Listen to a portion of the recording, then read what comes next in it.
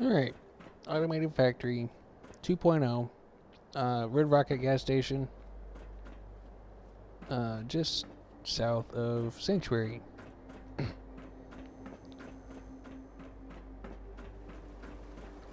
My factory's up in the air because I have too many NPCs walking up and around, getting on the terminal and such. Uh, Shout out to Peabody 1001 for creating the first factory. This is an expansion with some of his original work. Alright, wiring. Same wire setup. Each one of these goes to each hopper that is needed to generate the ammunition that is needed, or that you want. And then these are the separate ones that go to the different hoppers, that, individual hoppers, not hooked up to each other. So they'll only open one at a time. The ammo belt, the ammo factories are all powered on the same one. This is the ammo belt. Ammunition drops down, lands in here, goes into the storage, and you only have to pick it up in one spot. Game is kind of glitchy, so sometimes, say, get over here and get behind. Don't land on the belt in particular. The reason why I have these set up is so then if you were to put stuff in here, they go up and get sorted or used, and then the extra stuff falls down on this belt to get here, and you have like acids, clothes, clothing, or any extra stuff that you don't use, like aluminum, then it'll stay in this particular hopper. You take it out and you put it in the workshop. I'm going to move the workshop over here. And then you take that extra stuff out that you don't want running a loop over and over and over again. This one is individual, so then it'll suck this out. This acts as a breaker, because when you turn the ammo factory on, or the sorting one, then it doesn't turn this on. I don't want this on or to be sucked out while it's being sorted. I want to act as a breaker. So with that said, let's go to the second floor. The sorters. They each have one particular item in it to go into the hoppers. These are all needed to make the ammunition: oil, lead, copper hopper, it's the copper hopper, fertilizer, steel, and plastics. Now, anything else that doesn't have those components in it, because it's a component sorter, it's what's inside that particular item, then it'll fall down there to go to the storage. See, the reason why I have that breaker in there is so then it doesn't keep looping and looping and looping. Now, when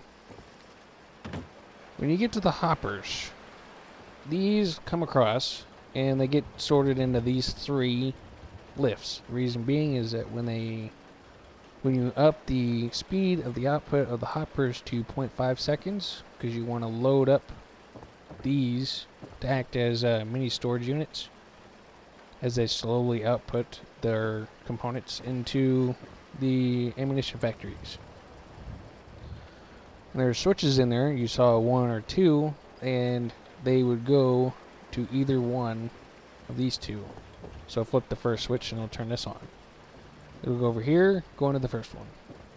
Flip the switch again, flip the second one, and it'll go into the next one. Now, my suggestion is do not build your second floor past the sorters over here until you put these in, because if you were to go to the second or third floor and do that, then it won't set right. And like this. So it kind of kind of doesn't sit right on the floor. It doesn't look very good. But this factory is unfinished because space. Red Rocket gas station does not have a lot of space. As you can see up in my right hand corner, you can see the size, and it is almost full. So if I were to put walls in the ceiling and complete floors, I would still have an incomplete building, and my settlement will be completely maxed out on their space. And this is on the PS4, Fallout 4, with no mods, but I have 5 DLCs. So when you get to here, as you can see, the vacuum hopper that will suck out anything that's left in here that I don't want. Because if I were manually to go to each one of these ammunition plants to empty it out, it would take a while, and I might be overloaded when I go back to the workshop to put it in or to be resorted. So it comes around and it gets dropped down on the sorting line, or the storage unit, to go to the sorting line. Yes, this is messy. Trying to run. I think 11 lines out of there. They're not going to be perfect. For me, this works just fine. Alright, now, on the 3rd floor, when you get to here, they come up and around. Again, they're individual, so they go to each individual plant. As you can see, whips around, goes to the next one. And then the reason why I have 3 floors instead of just 2 is because when you have the vacuum hoppers, they tend to take up a lot of space, along with all the conveyor belts that you have to build. And then trying to not cross them, since they don't have intersections or anything, or condensers. Going from 2 lanes to 1 is kind of a pain, so that's why we have the drop system. So when we get to here, again, the ammunition from the plants goes off the edge, and missing the wires and everything else, goes down onto the conveyor belt to go into the storage for the ammo. Now this vacuum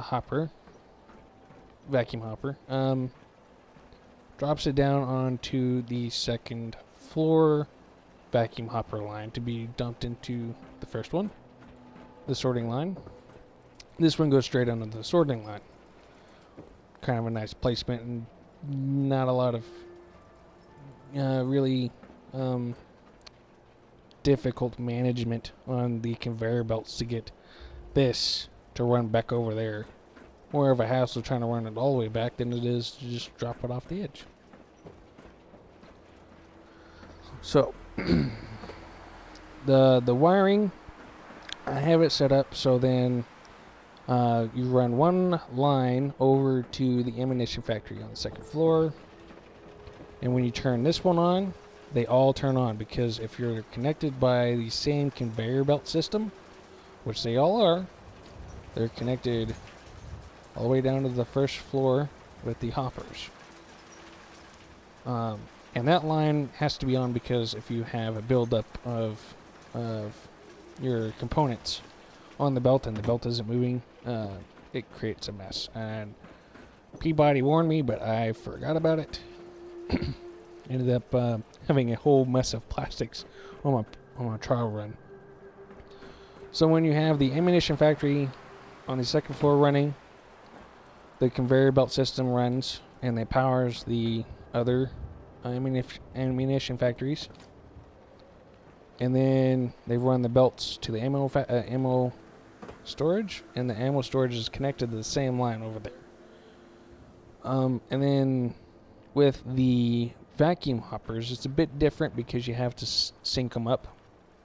They're not connected to any particular belt system, since they're free fall or the vacuum. The vacuum does not connect to power.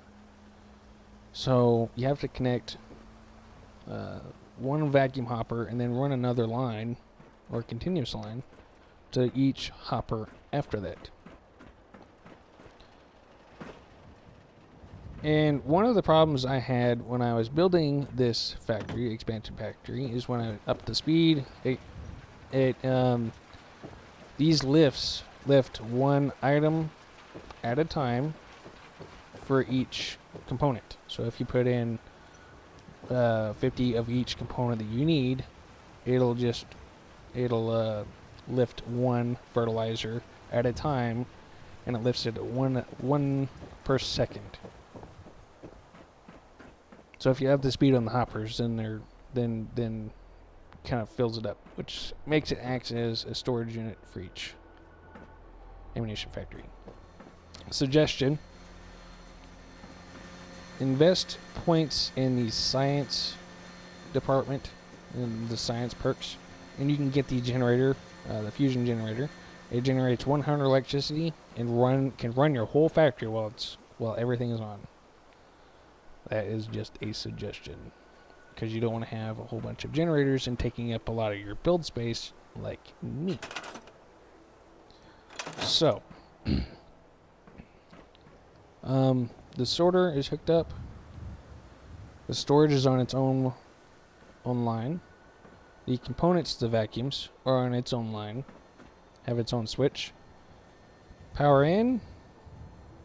These go to each one of the switches, and they are arranged in such a way that they only power on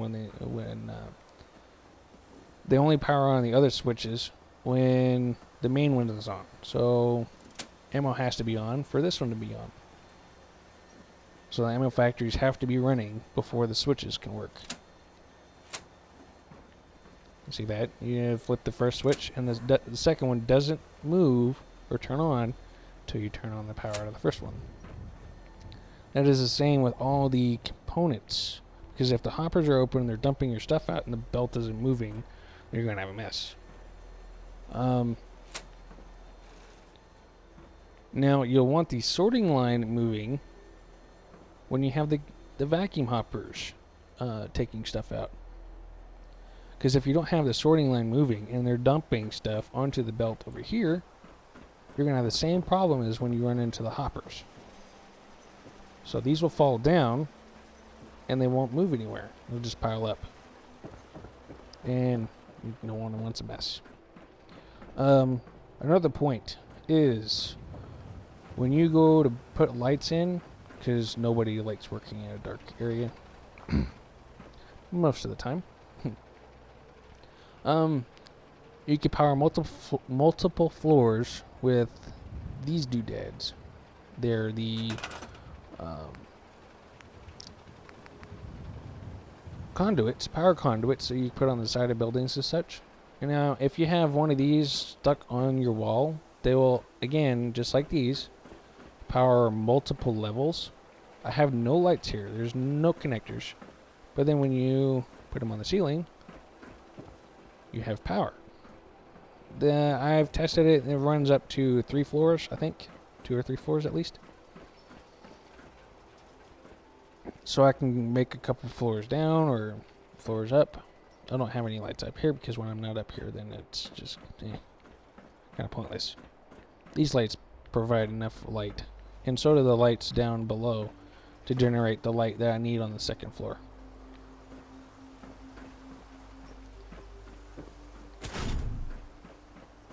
So, again, this is not my original design. I did not create this. I'm not taking credit for it. That is not what this video is about. I just thought I would share something new. Expansion, I guess. And a few pointers, like the generator and the power conduits. And maybe some switch setups if nobody knew. Or go to Peabody 1001's page. He's a really good guy. He explains things very well. He's kind of an engineer at heart, I guess.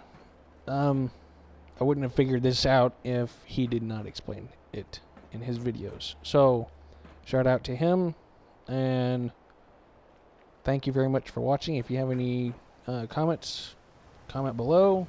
I do not ask for sharing or likes. I'm too new at this. This is only my second video, so. Alright, thank you very much.